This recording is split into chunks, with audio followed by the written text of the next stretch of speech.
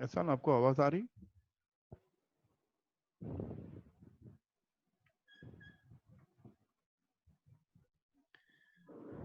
अस्सलाम वालेकुम।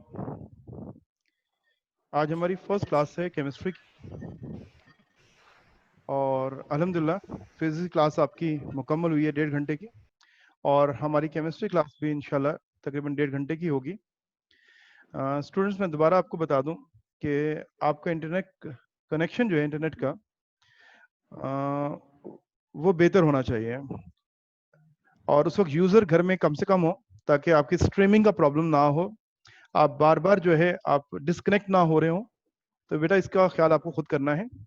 अभी आप देख सकते हैं अगर सारे अल्हम्दुलिल्लाह में 49 पार्टिसिपेंट्स ज्वाइन किया उन्होंने मुझे। आज हम इंशाल्लाह बात स्टार्ट करेंगे। मैंने कल भी कहा था कि जब लेक्चर स्टार्ट हो जाएगा तो उस वक्त फिर हम आपके टेक्निकल इश्यूज को आंसर नहीं कर सकते क्योंकि टीचर है वो आपको पढ़ा रहा है जैसे मुझे आपको पढ़ाना है। और अगर पावर फेलियर है तो आप रिकॉर्डेड लेक्चर इंशाल्लाह आज रात में ये अपलोड हो जाएगा 18 आवर्स के लिए, तो फिर आप वहां से उसको देख सकते हैं। बिस्मिल्लाह रहमान रहीम। स्टूडेंट्स, हमारी केमिस्ट्री की क्लास है। टॉपिक है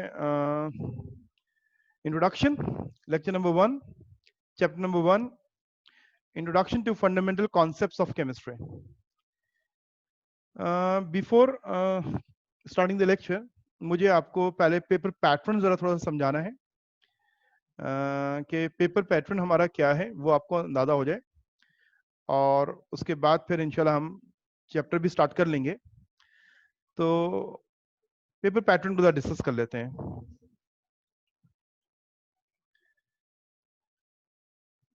केमिस्ट्री का पेपर जो है उसके 3 सेक्शंस होते हैं। Section A is a multiple choice questions. इसके लिए जो टाइम गिवन है 20 मिनट्स और इसके मार्क्स जो है वो 17 है।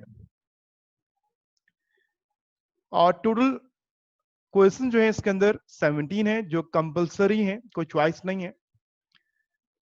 आपने सबको आंसर करना है with in 20 minutes.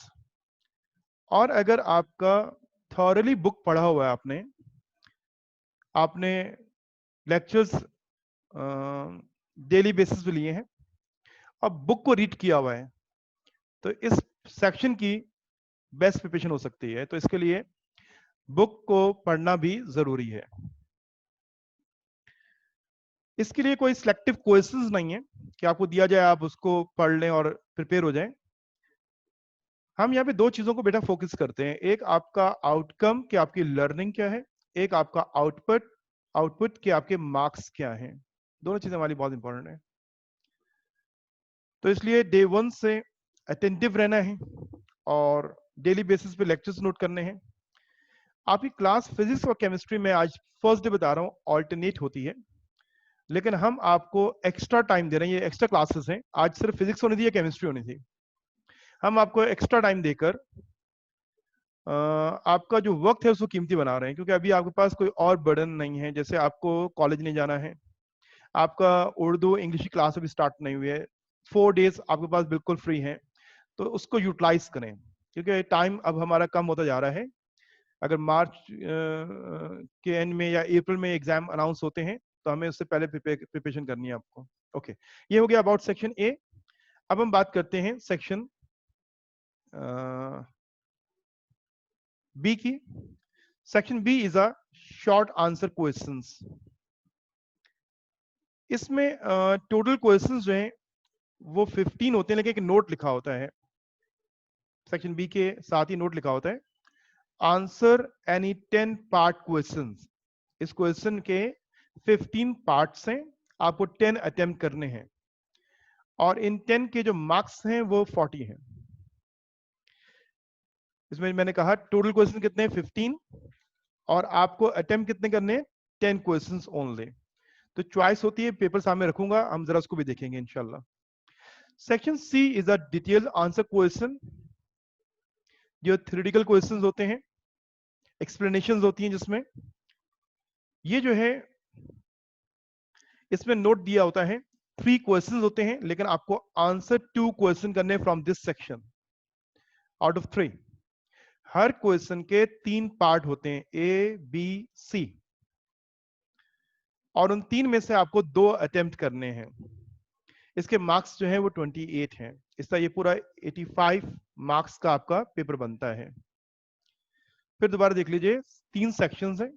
First one is a multiple choice question based compulsory, second is a short answer, third is a detail answer question. आइए हम देखते हैं हमारा एक्चुअल पेपर जो है वो कैसा होता है। ये 2019 2020 में भी एग्जाम नहीं हुआ। 2019 का अगर आप देखिए कि ये पेपर हमारे सामने मौजूद है, कोई 20 मिनट्स लिखे हुए, मैक्सिमम मार्क्स कितने 17। इधर section A multiple choice questions. पहला अगर सवाल आप पढ़ें, देखें क्या लिखा हुआ है। The number has 5 significant figures. Chapter number 1 में से है। सिग्निफिकेंट फिगर मैट्रिक में पढ़ा होगा आपने, हम यहाँ पे ज़रा दोबारा पढ़ेंगे क्योंकि ये हमारा एक न्यूमेरिकल बनता है। चैप्टर नंबर 1 के जो टॉपिक्स हैं वो डेफिनेशन या न्यूमेरिकल्स हैं। अब चैप्टर नंबर 1 में से आपको सिग्निफिकेंट फिगर्स 5 किस नंबर में नजर आ रहे हैं वो आपको ऑप्शन सेलेक्ट करना है।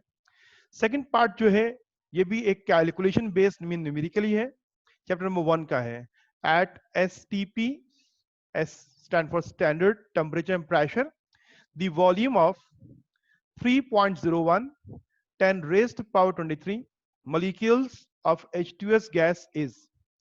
अब हमें बताना है कि इसका सही ऑप्शन कौन सा होगा। ये छोटी सी कैलकुलेशन है और हम इंशाल्लाह इसकी प्रैक्टिस करेंगे। तो ये सेक्शन ए में क्वेश्चन 1 में 17 टोटल क्वेश्चंस हैं और सारे अटेम्प्ट करने हैं within 20 minutes. Section B देखें क्या लिखा हुआ है, शॉर्ट आंसर क्वेश्चंस। नोट डला हुआ है, आंसर एनी 10 पार्ट क्वेश्चन, आपने 10 पार्ट आंसर करने हैं। इन 15 में अगर आप देखें कि न्यूमेरिकल्स कितनी है, ये जो मैंने बुलेट डाला हुआ है ना ऑरेंज कलर का, ये न्यूमेरिकल को मार्क करने के लिए है। ये कैलकुलेशन न्यूमेरिकल दिया हुआ है। ये थर्ड पार्ट जो है, an organic compound contain that percent of carbon, ये कुछ लिखा हुआ है। Find its empirical and molecular formula, calculate करना है आपको। Fourth is a numerical, fifth is a derivation mathematical expression, seventh is also numerical base electronic configuration लिखनी है। Ninth is a numerical from chapter number 5। Twelfth KC का numerical थोड़ा difficult है क्योंकि इसमें कॉन्सेप्शनल होता है और जो लोग रोड लर्निंग करते हैं उनको थोड़ी डिफिकल्टी होती है, तो एक्स्ट्रा थोड़ा मेहनत करनी होती है। प्रैक्टिस से आपका कॉन्सेप्ट क्लियर होता है, प्रैक्टिस बहुत अहम चीज है। मैं हमेशा कहता हूं कि ऑर्डिनरी के साथ जब एक्स्ट्रा लगता है ना, that is extra more important than extraordinary बनता है ना। तो इसलिए एक्स्ट्रा वर्किंग करके आप अपना आपको एक्स्ट्रा ऑर्डिनरी बना सकते हो। ओके, ये भी न्यूमेरिकल है। इसके बाद 15 part is a numerical from chapter number 8। तो सेक्शन बी में आप देखें 10 अटेम्प्ट करने हैं और अगर न्यूमेरिकल को आप डे 1 से फोकस करते हो तो कितने क्वेश्चन अटेम्प्ट हो रहे हैं, 1 2 3 4 5 6 7 8, 80% हो गया ना। तो 80% आपका पेपर सेक्शन बी का न्यूमेरिकल बेस्ड है। तो मैंने आपसे इस दिन डे 1 में जब इंट्रोडक्शन था, हमने आपको ओरिएंटेशन के लिए बुलाया था, मैंने कहा था कि टेक्स्ट बुक आपके पास मौजूद है, नोटबुक आपके पास मौजूद होगा, एक्स्ट्रा पेन आपके पास मौजूद होगा, साइंटिफिक कैलकुलेटर आपकी टेबल में मौजूद होगा और आसपास कोई आपको डिस्टर्ब नहीं कर रहा होगा, कोई साउंड ऐसा ना हो जो आपको डिस्टर्ब कर रहा हो और आप पूरा फोकस मेरी बात को कर रहे हैं, मुझे सुन रहे होंगे। सेक्शन सी मैंने कहा डिटेल आंसर क्वेश्चन है, ये ओरिजिनल पेपर हमारे सामने मौजूद है। इसका थर्ड का ए पार्ट एक न्यूमेरिकल है। क्वेश्चन नंबर 5 का B part is a numerical और ये एक ऐसा न्यूमेरिकल है जिसको हर साल आना है।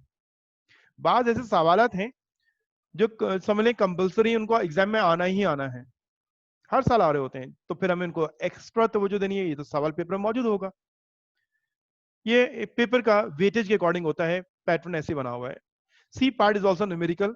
मैं हर न्यूमेरिकल की बात नहीं कर रहा हूँ कि उसने हर साल एग्जाम में आना है, मैं इस वाले न्यूमेरिकल की बात कर रहा हूँ, balance any one of the following equation by ion electron method. एक बेसिक मीडियम की इक्वेशन है और एक एसिडिक मीडियम की इक्वेशन है। ये हमारा पेपर है। अब हम आते हैं, हमें इस पेपर को अटेम्प्ट करना है जिसके लिए ये क्लास कंडक्ट की जा रही है।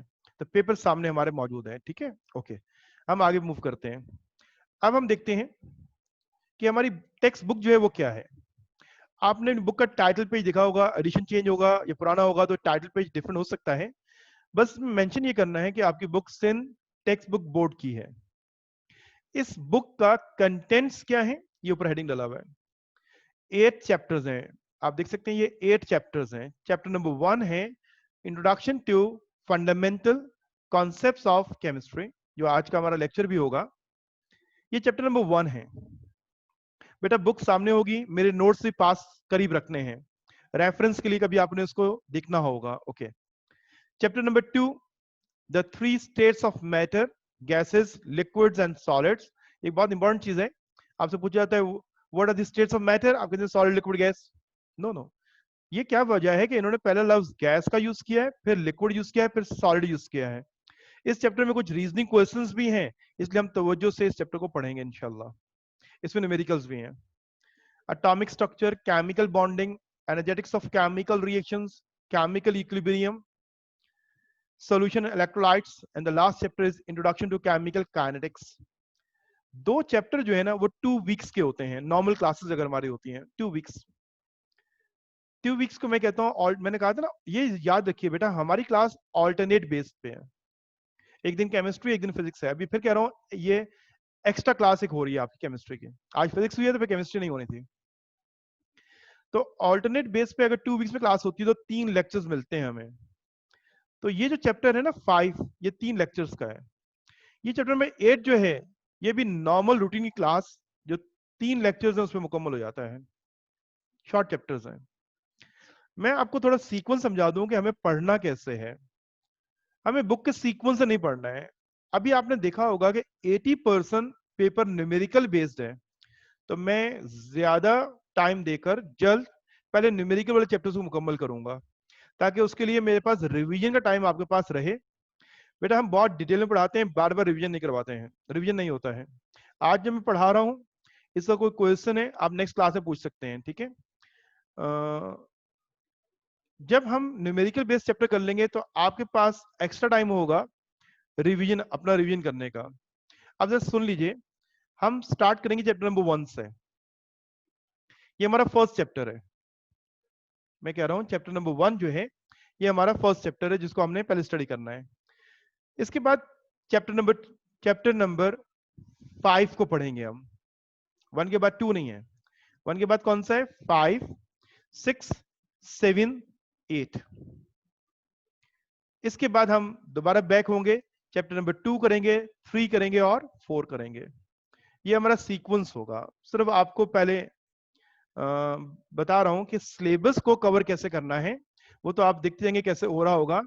आप ये ध्यान में रखें, चैप्टर नंबर 1 के बाद 2 नहीं है, 2 के बाद क्या आएगा हमारा? 5, 6, 7, 8, और उसके बाद हम बैक करेंगे चैप्टर नंबर 2 पे।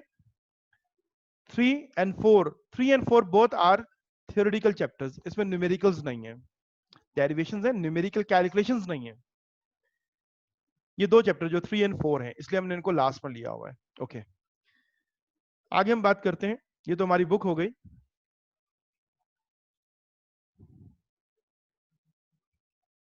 अब हम मूव करते हैं चैप्टर नंबर 1 के ऊपर। चैप्टर नंबर 1 का कंटेंट क्या है, चैप्टर नंबर 1 के टॉपिक्स क्या हैं? तो पहले ये सुनिए कि इसमें कोई भी एक्सप्लेनेशन या डिटेल क्वेश्चन नहीं है, कोई भी नहीं है कि राइट अ नोट, ऐसा नहीं है।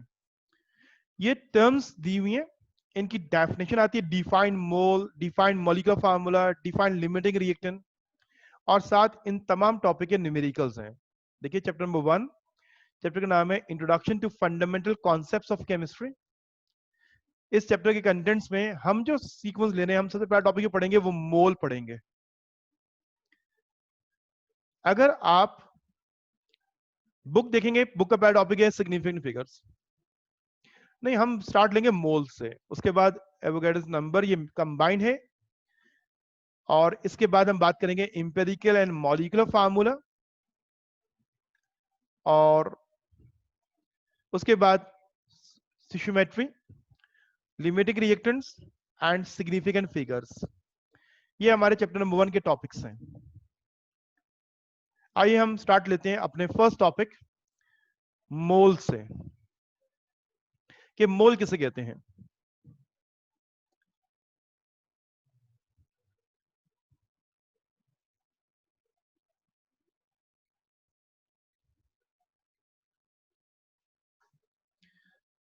अस्सलाम वालेकुम। हानिया, आपको मेरी आवाज आ रही है?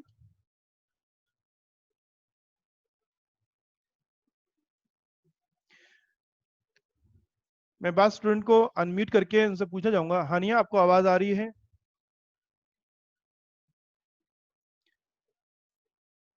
हानिया इजहार, मैं आपसे बात कर रहा हूँ कि आपको आवाज आ रही है?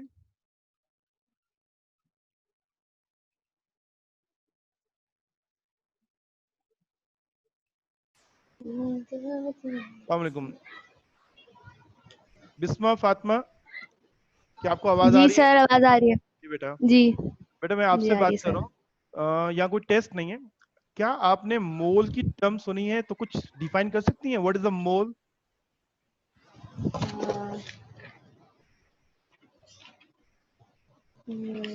नो सर, नहीं, ओके इसका ठीक है। मुझे याद नहीं। याद नहीं, ठीक है। 9th में पढ़ा होगा आपने मोल। आइए चले, मैं बात को स्टार्ट करता हूँ, टॉपिक स्टार्ट करता हूँ। लेकिन तमाम स्टूडेंट प्रिपेयर रहिए, अटेंटिव रहना है, ठीक है। और जब पूछा है जो आपको आता है आपने वो बताना है, आपका एग्जाम नहीं लिया जा रहा है। आइए बेटा, हम मोल की बात करते हैं। मोल कहते किसको हैं? एक तो बुकिश डेफिनेशन होती है ना, उसको पहले जरा सुन लें कि मोल क्या है। ये नोट्स में लिखा होगा, मैं यहाँ पे मेंशन कर रहा हूँ। ये जो सेंटेंस मुकम्मल हो जाए फिर मैं इसको डिस्क्राइब करता हूँ कि मोल क्या है, मोल कहते किसको है। ये है बुकिश डेफिनेशन ना, उसकी हम बात कर रहे हैं। What is the mole? हम कह रहे हैं it is a specific amount, किसी अमाउंट को नाम दिया है हमने mole. It is the amount of a substance which contains as many number of particles as that is contained in 12 gram of pure carbon. ये प्योर कार्बन का 12 ग्राम हमारा standard है, इसको हमने म्यार बनाया है। 12 ग्राम ऑफ प्योर कार्बन में जितने पार्टिकल्स हैं उन तादाद को हमने मोल का नाम दे दिया है। ये मोल की एक बुकिश डेफिनेशन है। अब वो जो तादाद पाई जाती है 12 ग्राम के अंदर वो कितनी होती है? तो उसको हम पहले मैं एक और आसान डेफिनेशन ले लूं मोल की। ये बहुत आसान है। What is the mole? Mole is a unit. तो इसको आसान से यूं डिफाइन कर सकते हो, the SI unit of the amount of a substance is called mole. हम मोल के लिए सिंबल जब भी यूज करेंगे एमओएल यूज करेंगे। दोबारा सुनिएगा, अगर मैं आपसे कहता हूं डिफाइन किलोग्राम, आप कहेंगे sir kilogram is a unit. आप डिफाइन कैसे करते हैं? आप the SI unit of the mass of a substance is called kilogram, और सिंबल केजी लिखते हैं आप। मैं आपसे कहता हूं डिफाइन केल्विन, आप बोलेंगे sir kelvin is a unit. The SI unit of temperature is kelvin. बिल्कुल इसी तरह अमाउंट ऑफ द सब्सटेंस के लिए, एक मिनट,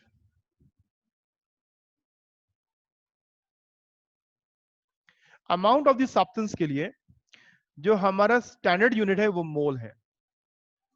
अब वो अमाउंट के अंदर पार्टिकल्स कितने हैं उस तादाद को हम एवोगैड्रोस नंबर कहते हैं। तो ये मोल और एवोगैड्रोस नंबर का एक कनेक्शन है, जरा इसको समझना है हमें थोड़ा सा। अब वो जो number of particles 12 gram pure carbon में, 12 ग्राम प्योर कार्बन में पार्टिकल्स कितने हैं उस तादाद को तो हम कहते हैं एवोगैड्रोस नंबर। और उस तादाद के लिए एक स्पेसिफिक टर्म हम मोल यूज कर रहे हैं। So what is Avogadro's number? इसकी डेफिनेशन देख लीजिएगा।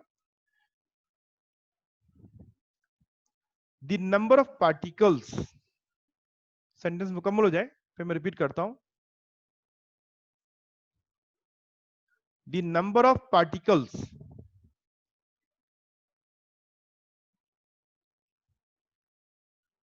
The number of particles, particles तीन किस्म के होते हैं, एटम्स, मॉलिक्यूल्स और ions, present in one mole of a substance is always constant. अच्छा एक बात मैं यहाँ पे ऐड कर दूं, इट्स नाउ 6:30। अब मैं दोबारा किसी को एडमिट नहीं करूंगा क्योंकि मेरा लेक्चर डिस्टर्ब हो रहा है। अभी बीच में मेरी आवाज अगर रुकती है तो वो कोई ज्वाइन कर रहा होता है, उसको मैं कर रहा होता हूँ। तो इसलिए मेक श्योर करें आपका इंटरनेट कनेक्शन जो है वो इतने क्या नाम है स्पीड का हो कि आपका डिस्कनेक्शन बार बार ना हो रहा हो। तो क्लास डिस्टर्ब होती है, आप रिकॉर्ड लेक्चर पे भी जाइएगा उसमें। Okay, the number of particles present in 1 mole of substance is always constant. ये कितने पार्टिकल्स होते हैं? This huge number is called Avogadro's number and its value is 6.02 10 raised to power 23 and is represented by Na। ये तो थोड़ी सी bookish definition थी, मैं अब आऊंगा एक्सप्लेनेशन की तरफ। मैं डेली लाइफ की एक मिसाल देता हूं कि हम मार्केट जाते हैं और हम कहते हैं कि हमें 12 एग्स चाहिए। यहां पे तादाद कितनी है? 12। सब्सटेंस कौन है? एग्स। इसके लिए एक स्पेसिफिक अमाउंट के लिए, 12 के अमाउंट के लिए स्पेसिफिक वर्ड यूज करते हैं, डजन। तो हम कहते हैं ये अमाउंट कितना है? 1 डजन। ओके, जैसे डे लाइफ के अंदर डजन का वर्ड यूज करते हैं फॉर अमाउंट 12, केमिस्ट्री में मोल की टर्म यूज करते हैं। अमाउंट किसके लिए? 6.02 इंटू 10 रेज्ड पावर 23। जैसे डे लाइफ में डजन का वर्ड यूज कर रहे हैं, हम केमिस्ट्री में मोल का वर्ड यूज कर रहे हैं। जब हम कहते हैं 1 डजन, तो फॉरन अमाउंट जहन में आता है कि 12 होगा, क्वांटिटी 12 होगी। इसी तरह केमिस्ट्री में जब हम कहते हैं 1 मोल, तो फॉरन अमाउंट जहन में आएगा कि वो अमाउंट कितना होगा? 6.02 10 रेज्ड पावर 23 होगा अमाउंट। तो ये जो अमाउंट जो है, ये जो 6.02 10 power 23, that is called Avogadro's number. और हमने उसके लिए जो टर्म यूज की है वो मोल की है। जैसे डेली लाइफ में 12 हमारा अमाउंट है, तो 12 को समझे ये एवोगाड्रोस नंबर है, और डजन समझे ये टर्म क्या है? मोल है। एक और मिसाल लेते हैं कि हमारे पास 12 ऑरेंजेस हैं। हमने यहां पे सब्सटेंस चेंज कर दिया। सब्सटेंस चेंज करने से टर्म डजन चेंज नहीं हो रही है, क्योंकि डजन का ताल्लुक सब्सटेंस से नहीं है, अमाउंट से। जब भी 12 का अमाउंट होगा, आप बोलेंगे ये कितना अमाउंट है? आप कहेंगे इट्स अ 1 डजन। तो वो अमाउंट होगा 1 डजन होगा, इट्स 1 डजन। तो डे लाइफ में जैसे हम एक स्पेसिफिक अमाउंट के लिए टर्म यूज करते हैं, तो केमिस्ट्री में भी केमिस्ट ने कैलकुलेशन को आसान करने के लिए ये मोल की टर्म यूज की है। अगर हमारे पास 6.02 10 रेज्ड पावर 23 एटम्स है, तो हम कहेंगे ये कितना अमाउंट है? इट्स 1 मोल। हमारे पास अगर पार्टिकल्स हैं 6.02 इंटू 10 रेज्ड पावर 23 मॉलिक्यूल्स, तो ये भी अमाउंट कितना है? 1 मोल है। जैसे डेली लाइफ में देखिए, ऑरेंजेस और एग्स के तब्दील होने से डजन का वर्ड चेंज नहीं हो रहा है। बिल्कुल इस तरह एटम्स की तादाद है तब भी 1 मोल है, मॉलिक्यूल की तादाद है तब भी 1 मोल है। और third kind of particles are called ions. 6.0 10 raise to 23 अगर हमारे पास पॉजिटिव या नेगेटिव आइंस हैं, तो फिर भी हम कहेंगे ये अमाउंट कितना है? ये अमाउंट है 1 मोल है। अब यहाँ पे आप तमाम लोग सुनिए मेरी बात को। अगर मैं कहता हूं कि ये पार्टिकल्स हैं 6.02 10 raise to power 23, 6.02 10 raise to power 23, इसको 3 टाइम करें तो आंसर क्या होगा? आपको कैलकुलेटर की जरूरत पड़ेगी। 3 टाइम 3 से मल्टीप्लाई करना है, तो ये कितना होगा? हाफ कितना होगा? आपको थोड़ा सोचना पड़ेगा।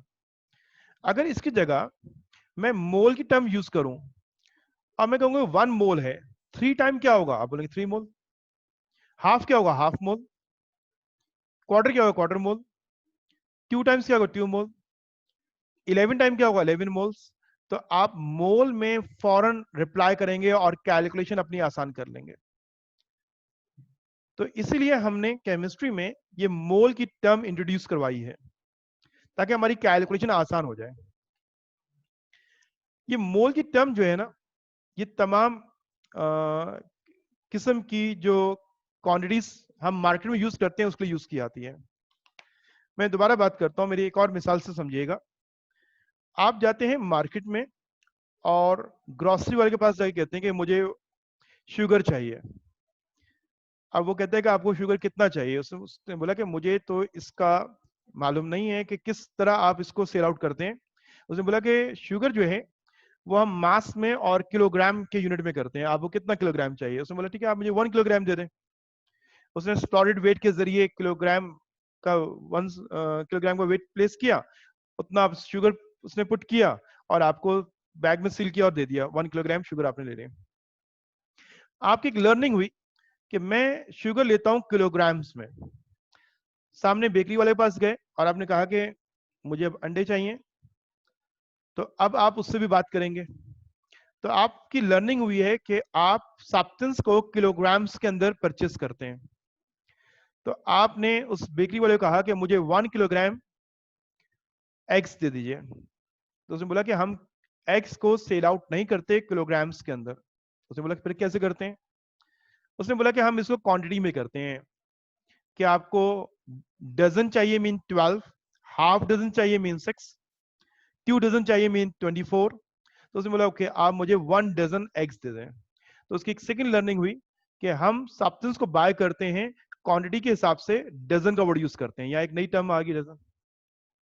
ये क्वांटिटी काउंट कर रहे हैं कितने कितने एग्स हैं, कितने ऑरेंजेस हैं, कितने बनाना हैं, और उसके अकॉर्डिंग आप उसकी पेमेंट कर रहे होते हैं।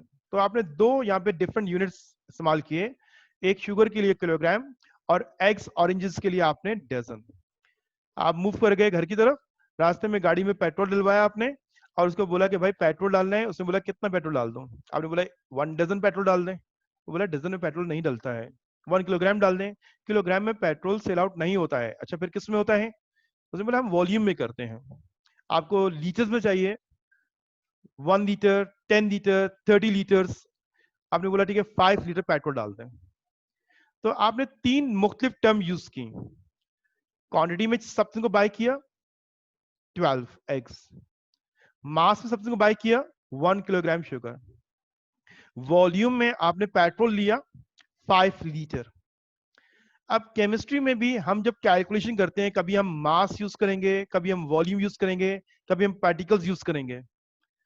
तो केमिस्ट ने कैलकुलेशन को आसान करने के लिए एक टर्म इंट्रोड्यूस कर दी। अमाउंट के लिए हमारा एक ही टर्म है, मोल।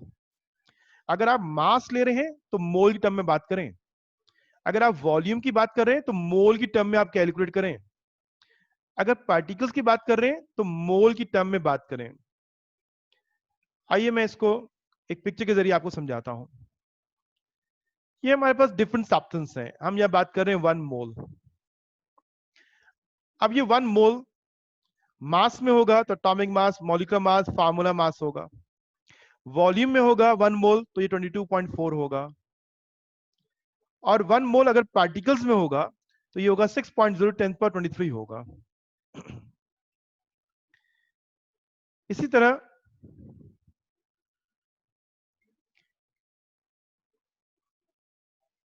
हम दोबारा इसकी बात करते हैं, एक मिनट।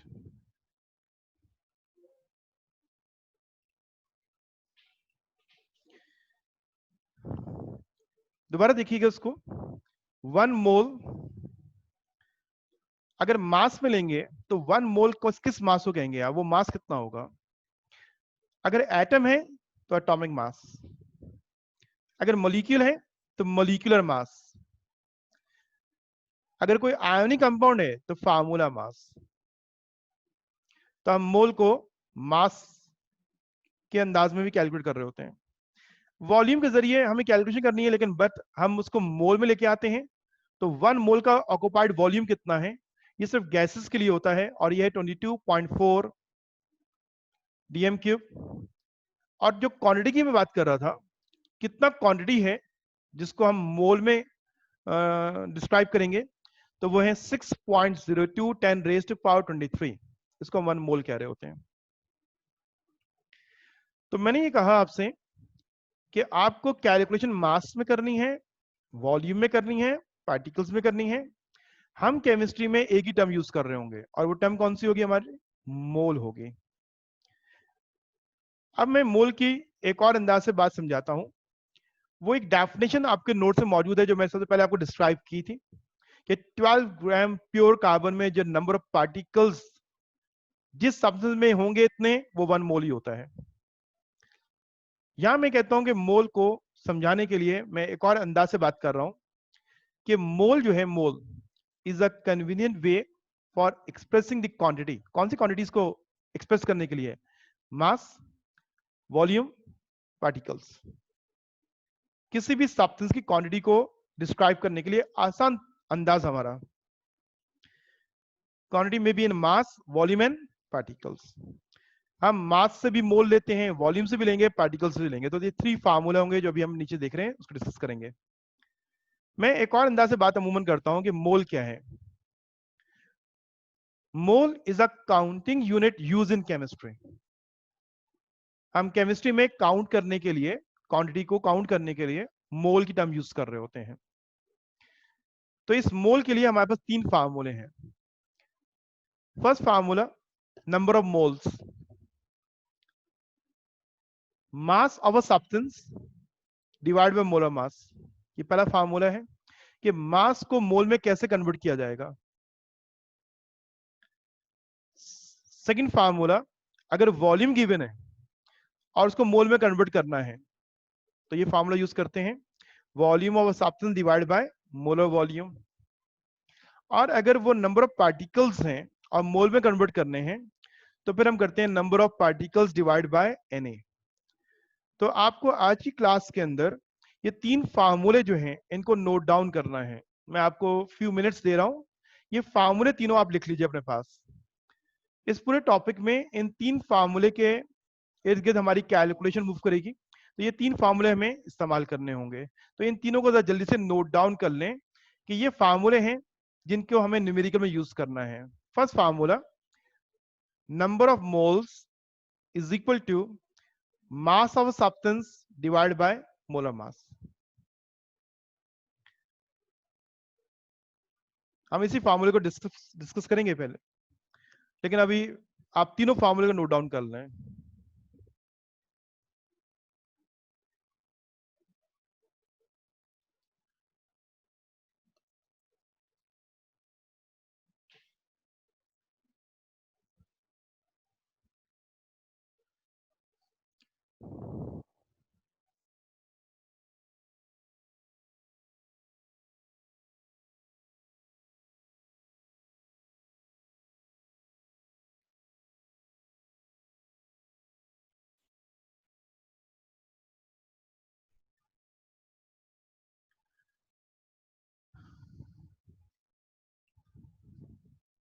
ये तीनों फार्मूले बेटा हमारी बुक में नहीं है, इसलिए मैं आपको कह रहा हूँ कि इसको कॉपी डाउन कर लें। आप बुक खोल के देख लें, आपके पास तीनों फार्मूले नहीं होंगे और इसके कई न्यूमेरिकल्स हैं। बुक में इसके एग्जाम्पल भी नहीं है और एग्जाम में न्यूमेरिकल आता है। हम इस टॉपिक को भी इंशाल्लाह बहुत डिटेल में डिस्कस करेंगे। मोल का कॉन्सेप्ट लेना है ना, कोई बुकिश एक डेफिनेशन को याद नहीं करना ना, मोल का कॉन्सेप्ट लेना है। ये साइड विंडो में देखें, जैसे डे लाइफ में 1 डजन 12 थिंग्स के लिए होता है, 1 डजन, बिल्कुल इसी तरह केमिस्ट्री में 1 मोल 6.02 10 रेज़्ड पावर 23 थिंग्स के लिए होता है। थिंग्स में भी एन एटम्स, मॉलिक्यूल, आयंस। अगर मैं कहता हूँ क्लास के अंदर 6.02 10 रेज़्ड पावर 23 स्टूडेंट्स बैठे हुए हैं तो 1 मोल स्टूडेंट बैठे हुए हैं। ये स्टूडेंट के लिए वर्ड नहीं है, ये क्वांटिटी के लिए वर्ड है। जैसे डजन वर्ड जो है एक्स के लिए स्पेसिफिक नहीं है, 12 के लिए है। तो हम कहते हैं just as 1 dozen is equal to 12 things, 1 mole is equal to 6.02 10 raised to power 23 particles. उम्मीद है कि आपने ये फार्मूले नोट डाउन कर लिए होंगे। आइए हम नेक्स्ट स्लाइड पे आते हैं। ये एक मोल का कन्वर्जन मास में या मास का कन्वर्जन मोल में। हमें मोल गिवन है और मुझे मास में कन्वर्ट करना है। Mole is multiply bye molar mass. Mass given है और मोल में कन्वर्ट करना है, mass is divide by mole. मुझे पार्टिकल्स में करना है, मोल को पार्टिकल में कन्वर्ट करना है, 1 मोल को पार्टिकल में कन्वर्ट करना है, तो 1 is multiply by 6.02 10 raised to 23 particles बन जाएंगे 1 मोल। 2 मोल को पार्टिकल्स में करना है तो 2 is multiply by 6.02 10 raised to power 23। अगर पार्टिकल्स को कन्वर्ट करना है मोल में, पार्टिकल्स को कन्वर्ट करना है मोल में, तो number of particles divide by number of particles divide by that value 6.02 10 raised to power 23। इसको Na कहते हैं। ये एवोगैड्रोस नंबर को फार्मूले में जब रिप्रेजेंट करते हैं तो उसको Na कहते हैं। जरा बैक स्लाइड पे देखिए, मुझे मोल्स कैलकुलेट करने हैं तो number of particles divide bye Na, और Na की वैल्यू कितनी है 6.02 10 रेज़्ड टू पावर 23। अगर मुझे मोल को वॉल्यूम में और वॉल्यूम को मोल में कन्वर्ट करना है तो क्या फार्मूला होता है? मोल गिवन है मल्टीप्लाई बाय 22.4, तो वो मोल की वैल्यू वॉल्यूम में कन्वर्ट हो जाएगी। अब मोल गिवन है मुझे 2 मोल्स, मुझे वॉल्यूम चाहिए। तो आप देखेंगे यहां आपको क्या समझा जा रहा है कि उस मोल की वैल्यू को मल्टीप्लाई किससे करना है 22.4 से। आइए मैं इसको मल्टीप्लाई करता हूं 22.4 से, तो क्या आंसर आ जाएगा 44.8 डेसीमीटर क्यूब। ये एक आसान सा आपको पिक्चर दी हुई है ताकि आपको कन्वर्जन समझ में आ रहा हो। ओके, अगर वॉल्यूम गिवन है, मैं कहता हूं ये वॉल्यूम गिवन है, वॉल्यूम 44.8 मुझे मोल में कन्वर्ट करना है। अगर आपको वॉल्यूम को कन्वर्ट करना है मोल में, then divide by volume is divide by 22.4, क्या आंसर आएगा 2 मोल। मोल का यूनिट क्या होता है? मोल को कैसे लिखते हैं हम? MOL, मोल लिखते हैं। तो आप ये देख लीजिए, मोल जो है ये हमारा एक स्पेसिफिक टर्म है क्वांटिटी के लिए, मास हो, वॉल्यूम हो या पार्टिकल्स हो। फार्मूला नंबर 1 को बेटा एक बार दोबारा देखिएगा। आपको मोल्स कैलकुलेट करने, क्योंकि आपकी कैलकुलेशन मोल की टर्म्स में हो रही है। तो अगर आप मोल को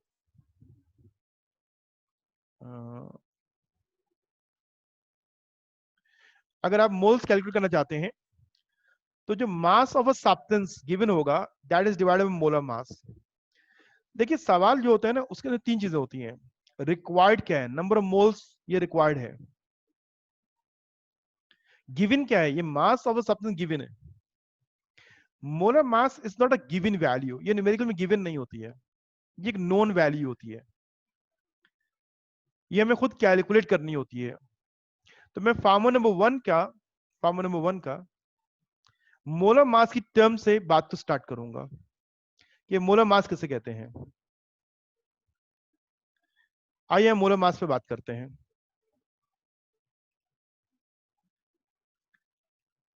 मोलर मास कहते किसको है? एटॉमिक मास,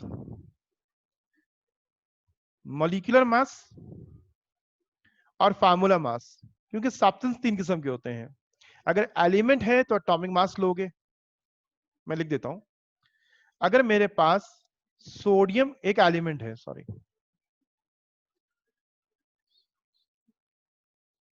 सोडियम मेरे पास एक एलिमेंट है, इसका एटॉमिक मास है 23 AMU, ये एटॉमिक मास है। एलिमेंट का हमेशा एटॉमिक मास ले रहे हैं। अगर मैं इसको एक्सप्रेस करता हूं ग्राम्स में तो ये लिखा जाएगा 23 ग्राम्स। अब 23 ग्राम्स जो है ये क्या है? ये मोलर मास ऑफ सोडियम कहलाएगा। 23 AMU is a atomic mass and it is a molar mass. देखो बेटा ये मैं कह रहा हूं, ये क्या है? ये है एटॉमिक मास, एटॉमिक मास। और इसको क्या कह रहा हूं मैं? इसको कह रहा हूं मैं मोलर मास। आइए जरा दोनों में जरा बात को समझ लेते हैं ना। देखो एटॉमिक मास, इस वर्ड की मीनिंग निकालिए क्या बनते हैं। Mass of an atom, a single atom का मास है 23 AMU, सिंगल एटम। 23 ग्राम, ये मास सिंगल एटम का नहीं है, ये मोलर मास है। The mass of 1 mole 23 AMU is a mass of single atom of sodium. जब हमने ग्राम में एक्सप्रेस किया तो मोलर मास बन गया. तो मोलर मास में एक एटम नहीं होता है. Molar mass is a mass of 1 मोल, और 1 मोल में पार्टिकल्स कितने होते हैं? 6.02 10 रेज टू पावर 23. डजन में क्वांटिटी कितनी होती है? 12. तो मोल में कितनी होती है? 6.02 10 रेज टू पावर 23. अगर इतने सोडियम के एटम एक जगह जमा हो जाएं तो उसका मास कितना होगा? 23 ग्राम्स होगा. तो एटॉमिक मास और मोलर मास बराबर नहीं होते हैं. Atomic mass is a mass of one atom and molar mass is a mass of 6.02 10 raise to power 23 atoms of sodium. आपको अगर कभी मोलर मास चाहिए तो बहुत इजी है. एटॉमिक मास की वैल्यू को ग्राम में एक्सप्रेस कर दें. 23 AMU था ना. एटॉमिक मास बेटा एग्जाम में गिवन होते हैं, लेकिन मैं कहता हूं कुछ कॉमन एलिमेंट्स हैं, उनके एटॉमिक मास हम याद करेंगे. मैं भी लिस्ट देता हूं आपको. 11 की हमें याद करना होगा. एग्जाम में हाइड्रोजन जो सिंपलेस्ट एटम है उसका मास 1, वो भी एग्जाम में गिवन होता है. लेकिन कैलकुलेशन को फास्ट करने के लिए बेसिक वैल्यूज को कम से कम याद कर लेना. 11 को हम याद कर लें, जो रफली यूज हो रहे हैं, बार बार यूज हो रहे हैं. तो बार बार आप पीरियोडिक टेबल देखोगे या लिस्ट देखोगे, आप 11 को कम से कम याद करेंगे. आइए हम बात कर रहे थे मोलर मास की. तो मैं इसमें डेफिनेशन बात कर रहा था कि किसी भी एटम का atomic mass when express in gram is called molar mass. अगर वो एटम नहीं है, अगर वो मॉलिक्यूल है, H2O is not an atom, it's a molecule. इसका मॉलिक्यूलर मास है 18 AMU, मॉलिक्यूलर मास. अगर मैं इसको ग्राम में एक्सप्रेस करूं तो ये लिखा जाएगा 18 ग्राम्स. तो वाटर का molecular mass 18 AMU which is the mass of single molecule. Gram में एक्सप्रेस कर दिया. अब ये एक मॉलिक्यूल नहीं है, ये molar mass, the mass of 1 mole, and 1 mole contain 6.02 10 raise to power 23 particles. तो अगर कोई मॉलिक्यूलर मास को भी ग्राम में एक्सप्रेस कर दो तो वो मोलर मास बन जाता है.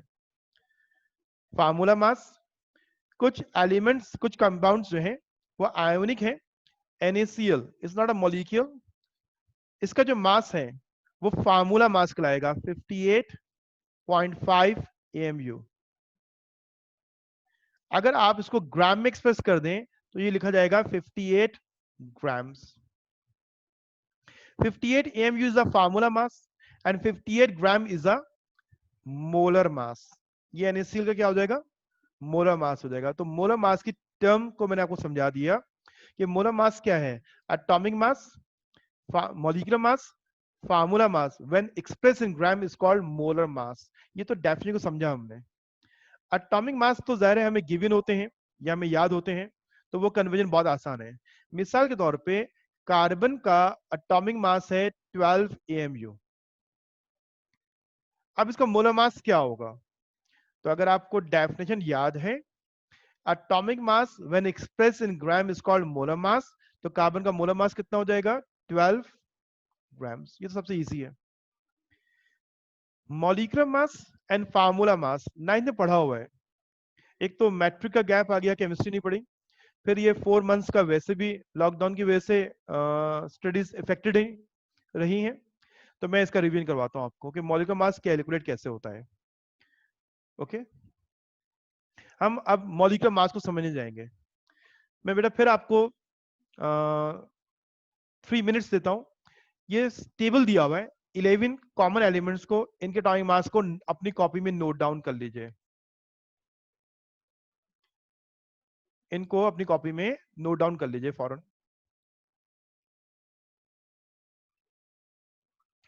Hydrogen atomic mass 1, carbon 12, nitrogen 14, oxygen 16, sodium 23, magnesium 24, aluminium 27, sulphur 32, chlorine 35.5, potassium 39, calcium 40. ये फर्स्ट 20 में से मैंने 11 एलिमेंट्स को यहाँ पे लिख दिया है, जो बहुत कॉमन है और कैलकुलेशन में बहुत इस्तेमाल हो रहे होंगे. इनको जल्द से जल्द आप लोगों को याद कर लेना है, और उम्मीद है काफी लोगों को याद भी होगा क्योंकि बहुत कॉमन से एलिमेंट्स हैं. ऑक्सीजन जैसे है, कार्बन है, नाइट्रोजन है, क्लोरीन 35.5, एक आध आपको याद करना होगा, इसको याद करेंगे आप, ठीक है।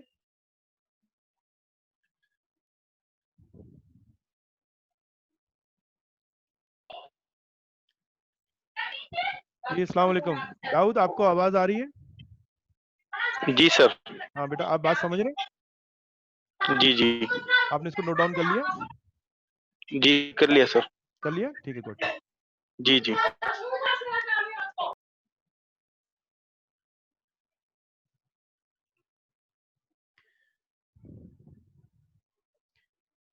तमाम स्टूडेंट अटेंटिव बैठिए, जो इंस्ट्रक्शन दी जाती है उसको फौरन फॉलो करते हैं, ये नोट डाउन कर लेना है आपको, ठीक है। मैंने आपको डे 1 में कहा था कि बेटा फिजिकली भी आप आ सकते हैं, 3 से लेकर रात 10 बजे तक मौजूद हैं। कोई कंफ्यूजन है, सामने बैठ के पढ़ना चाहते हैं, एक आध आगे पढ़ सकता है, समझ सकता है, एनीहाउ। लेकिन मैंने कहा था कि उम्मीद है कि ऑनलाइन में भी आपको कोई इशू नहीं आएगा।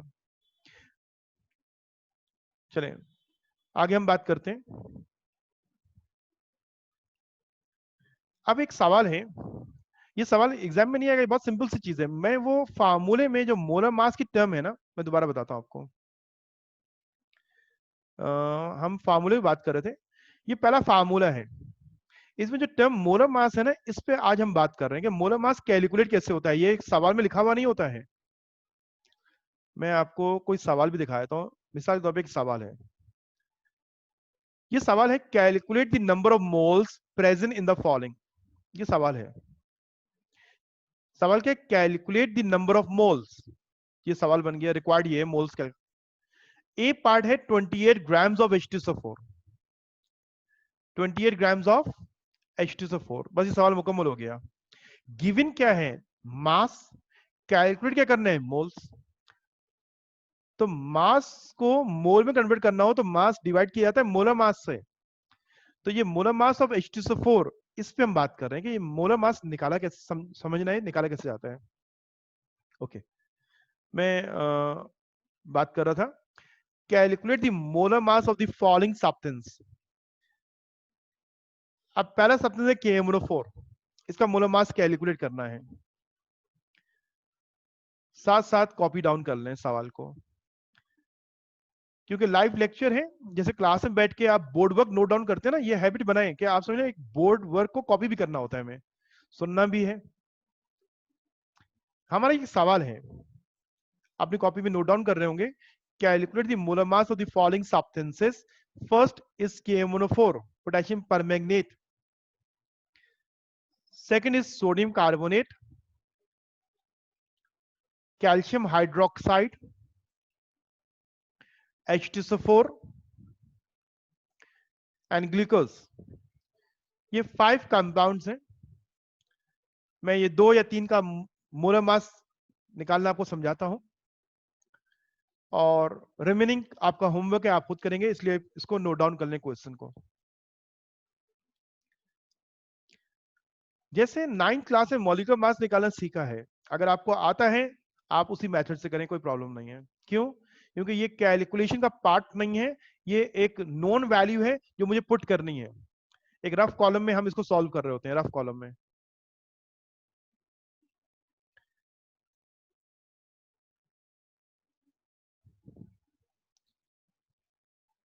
और अगर आप भूल गए हैं, हम इसको रिकैप कर रहे हैं असल में, तो आप फिर इस मैथड को समझ लें जो आपको इजी लगे।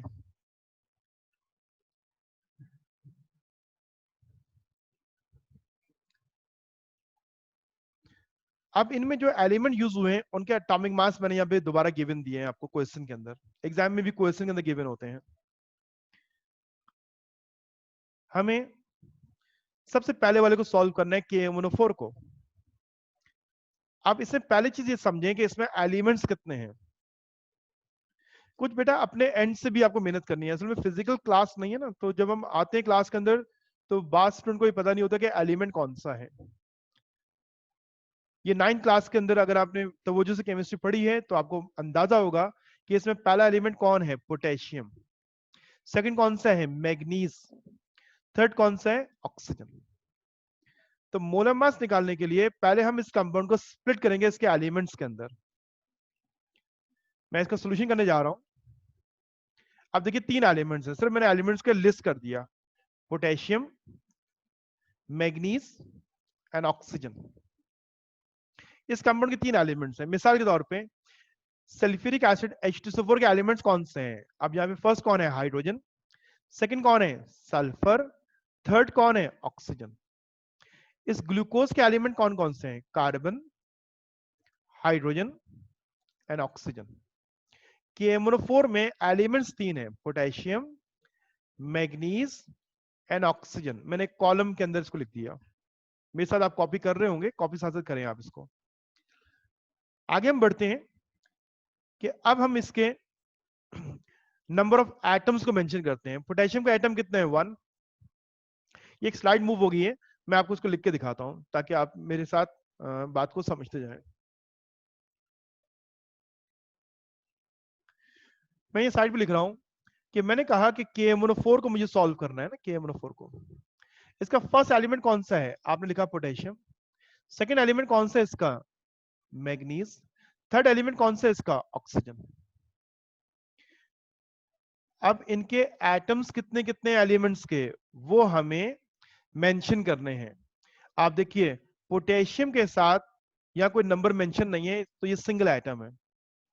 अगर मोर देन 1 होगा तो वो नंबर यहाँ मेंशन होगा। पोटेशियम का एक एटम है, तो मैं ये लिखता हूं 1।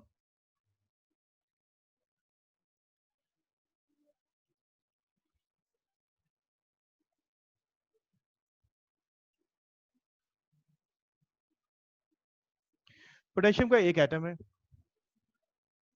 मैग्नीज का भी एक एटम है, लेकिन ऑक्सीजन के एटम कितने हैं? आप देखिए ऑक्सीजन के एटम, ये लिखे हुए कितने एटम है इसके? 4। तो पहला स्टेप में आपने एलिमेंट की लिस्ट लिख दी, ये 3 एलिमेंट्स थे, इनके एटम्स कितने हैं वो लिख दिए हमने। अब इन एटम्स को हम मल्टीप्लाई करते हैं इनके एटॉमिक मास से। पोटेशियम का एटॉमिक मास कितना है? 39, ये हमने लिस्ट में देखा हो 39। मैग्नीज एक कॉमन एलिमेंट नहीं है इसलिए गिवन नहीं है। मैग्नीज का एटॉमिक मास होता है 55। तो कॉमन याद करने हैं और सारे पीरियोडिक टेबल के एलिमेंट्स को याद नहीं करना है, आपको गिवन होता है, लेकिन कॉमन एलिमेंट्स हमें याद होने चाहिए। तो मैग्नीज का एटॉमिक मास कितना है हमारे पास? 55। ऑक्सीजन का एटॉमिक मास कितना है? 16। अब ये मल्टीप्लिकेशन कर रहे हैं, क्या आंसर आएगा? 39, 55 और ये क्या आ रहा है? 64।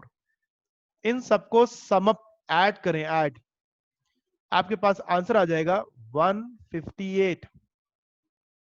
अगर AMU लिख दिया ना तो ये मॉलिक्यूलर मास पढ़ा जाएगा या फार्मूला मास पढ़ा जाएगा। हमें मोलर मास चाहिए था, तो इसलिए हम क्या लिखेंगे इसके साथ? ग्राम लिखेंगे। तो आप देख सकते हो कि ये सॉल्यूशन हमारा मुकम्मल हो गया। मैं दोबारा जो एनिमेशन है वहां दिखा रहा हूं, 158 ग्राम्स आ गया। एक और मेथड होता है इसका लिखने का, वो यूं होता है कि आप एलिमेंट्स को एक रो में लिखते हैं। पोटेशियम है प्लस कौन है? मैग्नीज है प्लस कौन है? ऑक्सीजन। 3 एलिमेंट्स हैं। अगर आपके 9th की टीचर ने आपको यूं समझाया है तो ये भी ठीक है, आप यूं निकाल लें मोलर मास। तो मैं इसको आपको पैरेलल यहां समझा रहा हूं कि ये मोलर मास कैसे कैलकुलेट होगा। अगेन हम हेडिंग डालते हैं सॉल्यूशन। हमारे पास 3 एलिमेंट्स हैं, कौन कौन से? पोटेशियम, आप देख सकते हैं पोटेशियम प्लस इसके एटॉमिक मास को सम करना है मैग्नीज में, plus manganese plus 4 atom of oxygen. हम जब इस तरह लिख रहे होते हैं तो नंबर ऑफ एटम्स कोएफिशिएंट पे लिख रहे होते हैं। 4 ऑक्सीजन एटम, 1 मैग्नीज, 1 मेंशन नहीं किया था। Potassium is also 1। अब इनके नीचे इनके मास लिखेंगे। पोटेशियम का मास कितना है? 39। मैग्नीज का कितना है? 55। ऑक्सीजन का एटॉमिक मास तो 16 है, लेकिन एटम्स कितने हैं? 4 हैं। मल्टीप्लाई किया तो आंसर क्या आएगा? 64। तीनों को सम अप कर लीजिए तो ये मोलर मास आ जाएगा। तो ये मोलर मास कितना आ रहा है? 158 ग्राम्स।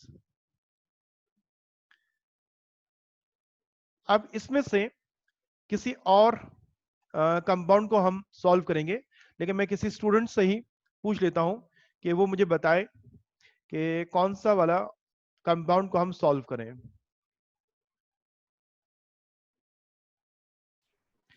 जी अस्सलाम वालेकुम। हुज़ैफा, आपको मेरी आवाज आ रही?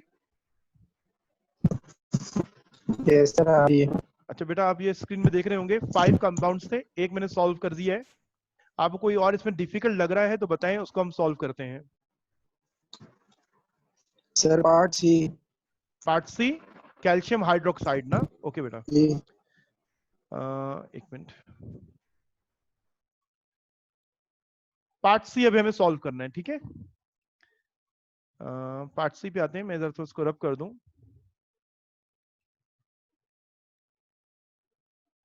ओके,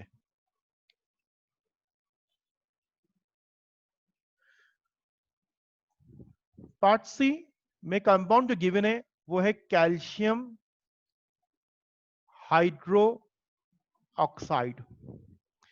हमें फार्मूला पढ़ना आना चाहिए कि कैल्शियम कैल्शियम ये हमारा एक सिंगल एटम है, लेकिन ऑक्सीजन और हाइड्रोजन के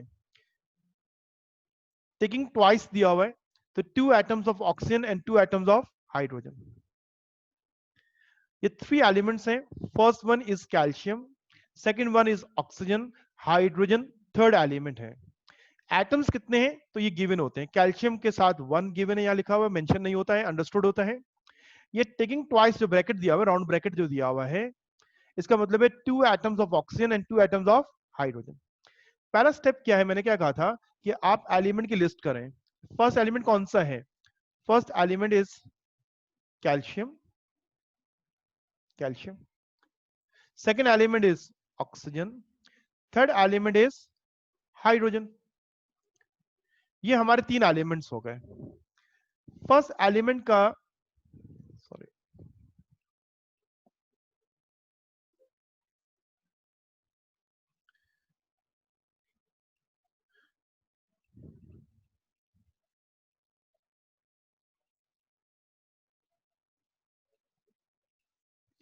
फर्स्ट एलिमेंट का कैल्शियम का नंबर ऑफ एटम्स कितने हैं? 1। ऑक्सीजन के एटम्स कितने हैं? मैंने कहा टेकिंग ट्वाइस है, यहाँ 1 है, लेकिन ब्रैकेट राउंड ब्रैकेट बाहर 2 दिया हुआ है। 2 atoms of oxygen, 2 atoms of hydrogen. Oxygen के एटम्स कितने हैं? 2। हाइड्रोजन के एटम्स में कितने? 2 हैं। फर्स्ट कॉलम में एलिमेंट्स, उनके आगे उनके number of atoms in a molecule जो गिवन है वो लिखे जाते हैं। मल्टीप्लाई करते हैं इनको इनके एटॉमिक मास से। कैल्शियम का एटॉमिक मास कितना है? 40 इज अ कॉमन एलिमेंट, ये यहाँ गिवन दिया है 40। ऑक्सीजन का एटॉमिक मास कितना है? 16 multiply by 16 atomic mass. Hydrogen का एटॉमिक मास कितना है? 1। अब इनको मल्टीप्लाई करें, 40 को मल्टीप्लाई किया आंसर क्या आएगा? 40। 16 2 जा 32 एंड 2 1 जा 2। आइए अब इनको हम ऐड कर लेते हैं, 40 प्लस 32 प्लस 2, क्या आंसर आ रहा है हमारे पास? 74 आंसर आ रहा है। हमें मोलर मास चाहिए तो हम साथ में ग्राम का लफ्ज ऐड जरूर करेंगे, ग्राम। तो यूनिट क्या है? ग्राम्स।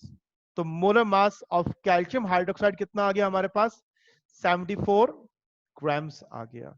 तो ये 2 कंपाउंड को मैंने एज अ एग्जांपल समझा दिया आपको कि MnO4 और दूसरा कौन सा है? Calcium hydroxide. अब 3 जो है ये आपको खुद करने। अभी क्लास के अंदर मुझे H2SO4 का मोलर मास कैलकुलेट करके आप बताएंगे, और मैं किसी भी स्टूडेंट से रैंडमली पूछ लूंगा कि इसका मोलर मास कितना है। चलिए ट्राई करें, अटेम्प्ट करें और इसका मोलर मास निकालिए। मैं आपको 3 मिनट्स दे रहा हूं, क्योंकि 3 मिनट्स के अंदर ये हो जाना चाहिए, और उसके बाद आपसे क्वेश्चन, उसके बाद मैं आपसे पूछ लेता हूं।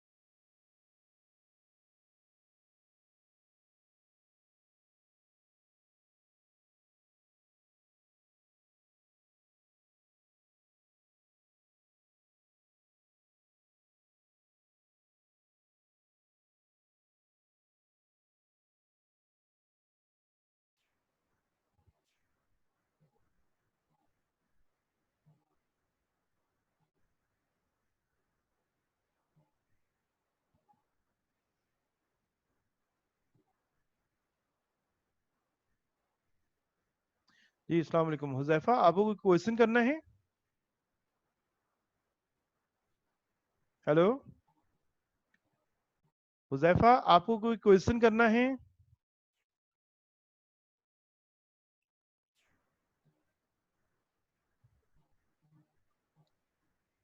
हुजैफा, आपको मेरी आवाज आ रही है?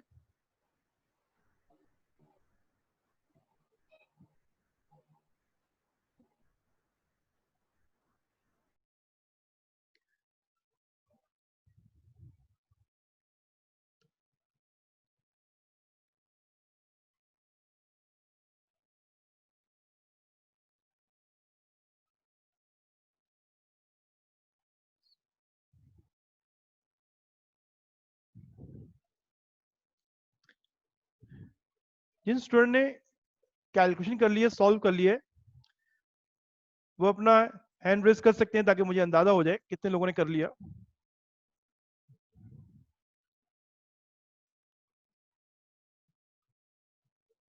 गुड, माशाल्लाह। उबैब ने कर लिया, मुजतबा ने कर लिया, ईशा ने कर लिया। Good good.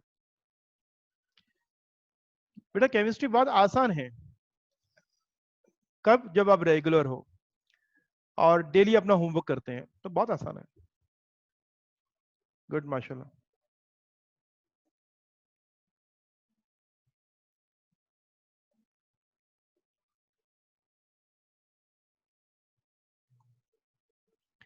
जी अस्सलाम वालेकुम। अबील, आपने सॉल्व कर लिया?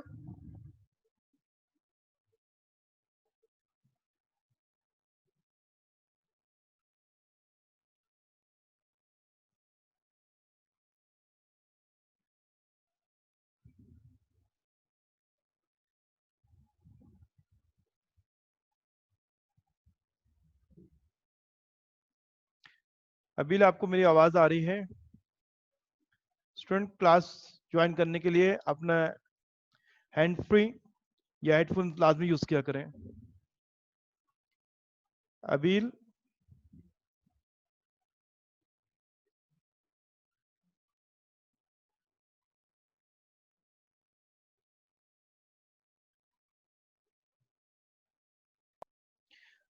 यस दाऊद, आपने सॉल्व कर लिया? जी sir. Okay good Dawood.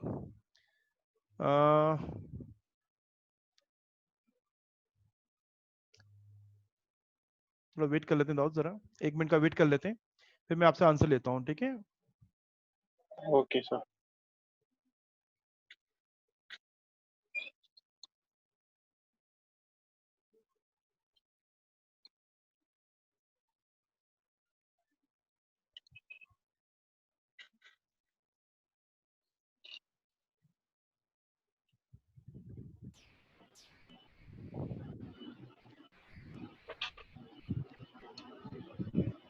वाजुर Rahman, आपको मेरी आवाज आ रही?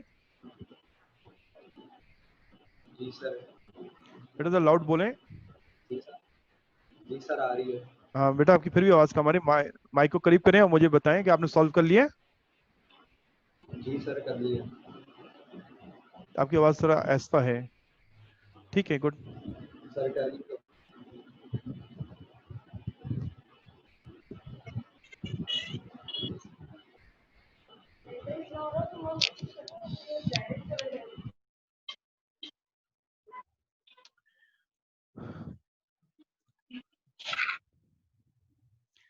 चलिए स्टूडेंट, हम दाऊद से इसका आंसर लेते हैं कि इसका आंसर क्या आया है। यस दाऊद, बताएंगे आप कि आपने इसे कैलकुलेट किया मोलर मास ऑफ H2SO4, क्या आंसर आ रहा है? दाऊद, आपको आवाज आ 98 रही? Gram sir. 98 ग्राम्स। गुड। आपने 98 AMU क्यों नहीं कहा मुझे? हेलो। जी बेटा, 98 ग्राम सर। अब मैं सुन चुका हूं, मैं पूछ रहा हूँ 98 AMU क्यों नहीं कह रहे, 98 ग्राम्स क्यों कह रहे हो?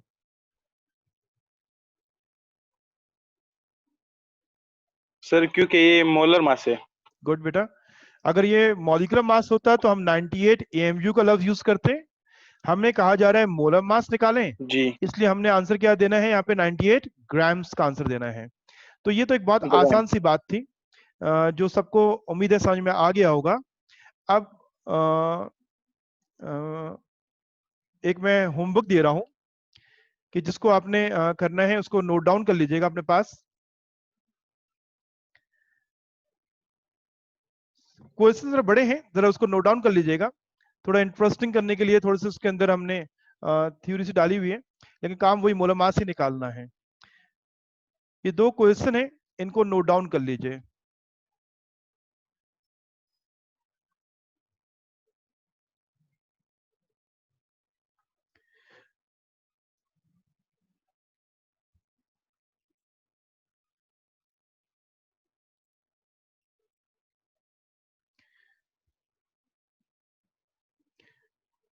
मैं बस आपको 2 मिनट्स दे रहा हूं, इसको जल्दी से नोट डाउन कर लें। 2 to 3 मिनट्स चले आप ले लें, इसको नोट डाउन कर लें, फिर हम इसको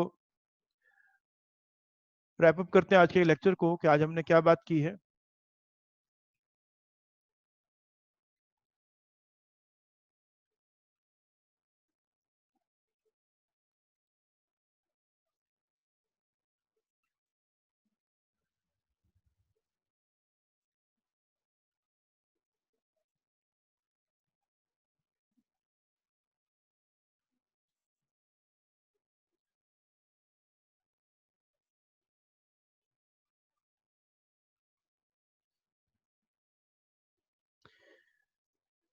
आप में से वो स्टूडेंट जिनको ज्वाइन होने में कोई इश्यू हो रहा था, तो कोई टेक्निकल मसला आपके एंड से है, आके उसको समझिए। क्योंकि कल हमने आपको वर्कशॉप जो करवाई थी वो इसलिए ट्रेनिंग दी गई थी कि आपको ये अंदाजा हो जाए कि हमारे यहाँ एक सिस्टम जो है उससे प्रॉपर जो है वो लर्निंग हो सकती है। और जो आपकी डिवाइस में कोई प्रॉब्लम है या इंटरनेट का कोई कनेक्शन है का प्रॉब्लम है, तो उसको आपको सही करना है। तो ये स्मूथ क्लासेस जो है तभी कंडक्ट हो सकती हैं। ये 2 क्वेश्चन है जिनको आपको सॉल्व करना है।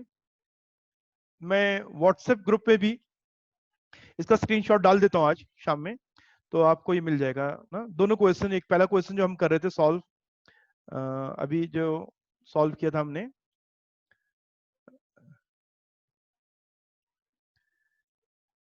इस क्वेश्चन के जो रिमेनिंग पार्ट्स हैं एक वो आपको करने हैं, और ये क्वेश्चन चेक योर लर्निंग वाला क्वेश्चन ये आपको करना है, ठीक है। अब हमारी नेक्स्ट क्लास कब है? इंशाल्लाह मंडे को, Tuesday and Wednesday topic continue होगा। तो आज की क्लास के अंदर हमने क्या, हमारी लर्निंग क्या हुई है, मैं रिपीट करता हूं। मोल के कॉन्सेप्ट को क्लियर करना है, मोल क्या है। कैलकुलेशन को आसान करने के लिए केमिस्ट्री में हम मोल की टर्म यूज करते हैं। हम मास को लेके कैलकुलेशन नहीं करेंगे, वॉल्यूम लेके नहीं करेंगे, क्वांटिटी नंबर ऑफ पार्टिकल्स लेके नहीं करेंगे, बल्कि मोल के जरिए करेंगे। और मोल जो है किस क्वांटिटी को कहते हैं? तो मोल, 1 मोल मैंने कहा कि अगर मास की बात करेंगे 1 मोल एटॉमिक मास इन ग्राम है, मॉलिक्यूलर मास इन ग्राम है, फॉर्मूला मास इन ग्राम है। 1 मोल अगर वॉल्यूम है तो वो है 22.4। 1 मोल अगर पार्टिकल्स हैं तो वो है 6.02 10 raised to power 23। Mole calculate करने के 3 फार्मूले हैं। हम फार्मूला नंबर 1 पे आज बात कर रहे थे। तो मोलर मास कैलकुलेट कैसे होता है, अब नेक्स्ट क्लास में मोलर मास का इश्यू नहीं होना चाहिए। तो मोलर मास की खुद प्रैक्टिस कर लें, कोई भी कंपाउंड लें, एटॉमिक मास को सम अप करें, मोलर मास बन जाता है। तो इसकी प्रैक्टिस करके आनी है आपको मंडे को। नंबर ऑफ मोल्स का पहला फार्मूला, टाइम हुआ, टाइम तो बहुत है हमारे पास, एक लॉन्ग ड्यूरेशन की क्लास है, तो हम उससे सेकंड फार्मूला, थर्ड फार्मूला, तीनों फार्मूले को मुकम्मल कर लेंगे। तो नेक्स्ट क्लास में जब आओगे तो ये तीनों फार्मूले आपको याद होने चाहिए, क्योंकि फार्मूला हमें क्वेश्चन में पुट करना होता है। नेक्स्ट क्लास का थोड़ा सा इंट्रोडक्शन हम ले लेते हैं। जैसे ये एक स्क्रीन आपके सामने मौजूद है, इसमें सवाल यूं है, calculate the number of mole present the following. ये बिल्कुल बेसिक है, ये इतना आसान सवाल भी एग्जाम में नहीं आना है, हमें तो इसके आगे जाना है कि पेपर में सवाल क्या आएगा। लेकिन हम अपना कॉन्सेप्ट क्लियर कर रहे हैं, अपनी जो नॉलेज की फाउंडेशन स्ट्रॉन्ग करना चाहते हैं कि हमें कोई इश्यू ना आ रहा हो। तो डायरेक्ट क्वेश्चन से हम बात नहीं कर रहे हैं, हम कॉन्सेप्ट से बात कर रहे हैं। ये एक सवाल है, calculate the number of mole present the following, और हमें मास गिवन है। तो 2 पार्ट हैं, तो इंशाल्लाह नेक्स्ट क्लास में इस पे बात करेंगे, ठीक है बेटा, मैं क्लास को एंड करने जा रहा हूँ और अभी नमाज का वक्फा कीजिएगा और 7 कब तक ब्रेक है हमारा? नहीं ओके, क्लास नेक्स्ट कब स्टार्ट होनी है हमारी? 7 नहीं, इसको ब्रेक को बढ़ाएं। तमाम स्टूडेंट सुन ले, नमाज का वक्फा है, आपकी क्लास जो है वो 7:30 में स्टार्ट नहीं कर रहे हैं वो हम स्टार्ट करेंगे 7:45 पे एग्जैक्ट। आप उससे पहले नमाज पढ़ चुके हो और लॉग इन होना शुरू हो जाएगा, ज्वाइन करना शुरू कर दीजिएगा। ठीक है, आपकी नेक्स्ट क्लास बायो और मैथ्स की है। ठीक है, जो प्री इंजीनियरिंग है उनकी मैथ्स है और जो प्री मेडिकल है उनकी बायो क्लास है। क्लास एग्जैक्ट 7:45 पर स्टार्ट हो जाएगी। उससे पहले नमाज से फारिग हो गए तो आप ज्वाइन होके वेट करना शुरू कर दीजिएगा। ठीक है, ओके, अस्सलाम वालेकुम।